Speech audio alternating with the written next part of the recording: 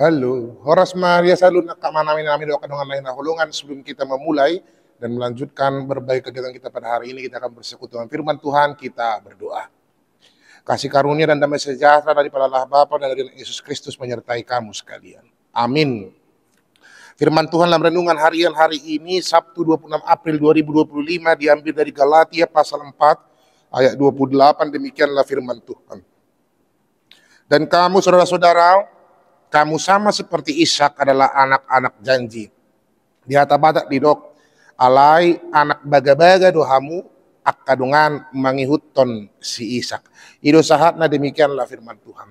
Saudara terkasih dalam nama Yesus Kristus, kalau kita mau mengerti lebih dalam tentang renungan hari-hari ini, kita mungkin boleh membaca nanti dari ayat 21 sampai ayat 31. Di situ bercerita tentang bagaimana adanya pengajar sesat yang bertaruh dengan Paulus soal pengajaran.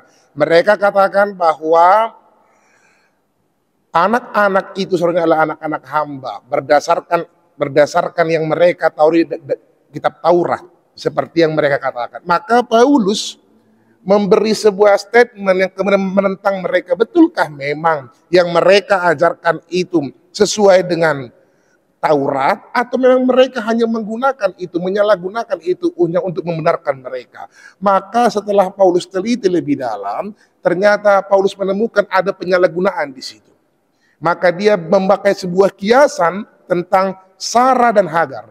Sarah diibaratkan sebagai Yerusalem dan memang adalah sebuah kemerdekaan.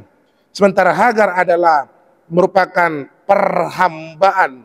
Memang kita tahu bahwa Hagar adalah seorang hamba yang menjadi istri dari Abraham, dan Sarah adalah memang istri dari Abraham. Sarah tidak bisa mempunyai anak karena mandul, maka Hagarlah yang kemudian diambil oleh Abraham. Muncullah Ismail, dan inilah yang dinamakan sebagai anak perdagingan, anak daging, anak yang diperhamba.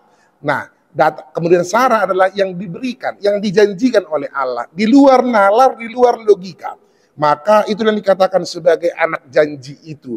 Ishak itu sebagai anak janji yang diberikan oleh Allah. Maka ketika Paulus menekankan hal itu, bahwa siapakah jemaat Galatia? Jemaat Galatia adalah orang-orang yang dimerdekakan, tidak lagi diperhamba oleh apapun. Mereka adalah anak-anak janji seperti Ishak, anak-anak yang kemudian merupakan buah dari mujizat Tuhan Yesus, anugerah Tuhan kepada kehidupan mereka. Maka itu yang ditegaskan, yang ditekankan oleh Paulus di dalam kehidupan para jemaat Galatia pada saat itu, dengan harapan dia dapat mengusir seluruh para pengacau itu, dan memang pengajaran tentang iman kepada Allah, kepada Tuhan Yesus itu benar-benar terhidupi dengan baik.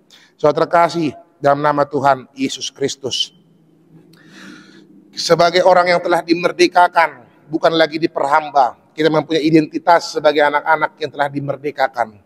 Dimerdekakan oleh perhambaan dosa. Kita telah merdeka untuk mampu menentukan kehidupan kita seturut dengan rancangan Allah.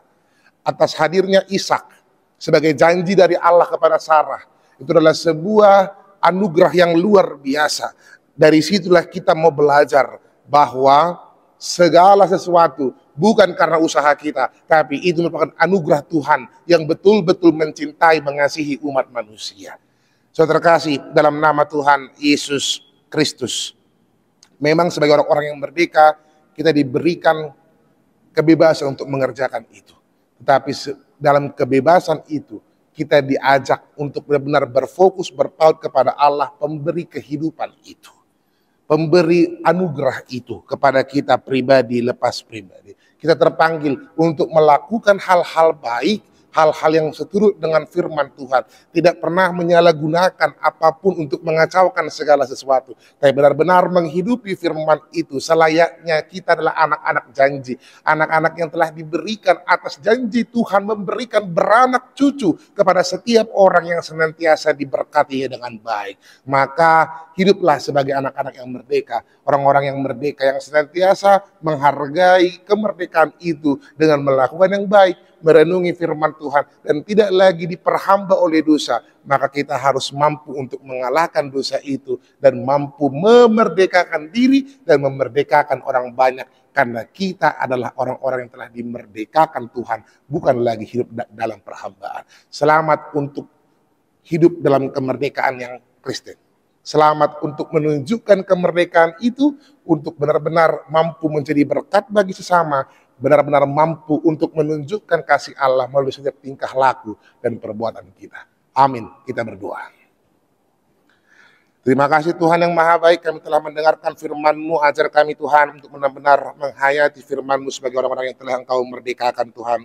Tidak lagi hidup dalam perhambaan dosa, tapi kami mau Tuhan menunjukkan kemerdekaan sebagai seorang anak janji layaknya si Ishak Tuhan yang telah Kau anugerahkan dalam kehidupan kami pribadi lepas pribadi. Ajar kami Tuhan mampu merenungi firman-Mu ini, mampu menunjukkannya sebagai bukti kami menghargai apa yang telah Engkau berikan dalam kehidupan kami. Tuhan Yesus yang Maha Baik, berkati para jemaat-Mu, berkati para perhalamu, di mana mereka berada, tangan pengasihan-Mu yang senantiasa memberkati mereka. Dari anak-anak sampai pada yang orang dewasa, terlebih lansia, kami mau serahkan kehidupan mereka Tuhan dalam tangan pengasihan-Mu. Yang sakit Engkau sembuhkan, yang bergumul Engkau kuatkan. Dalam setiap suka ataupun duka, sakit ataupun sehat, kami serahkan dalam tangan pengasihan-Mu. Dalam doa, cita-cita, harapan yang disampaikan oleh para jemaat dan para perhalamu Tuhan, kami mau serahkan dalam tangan pengasihan-Mu.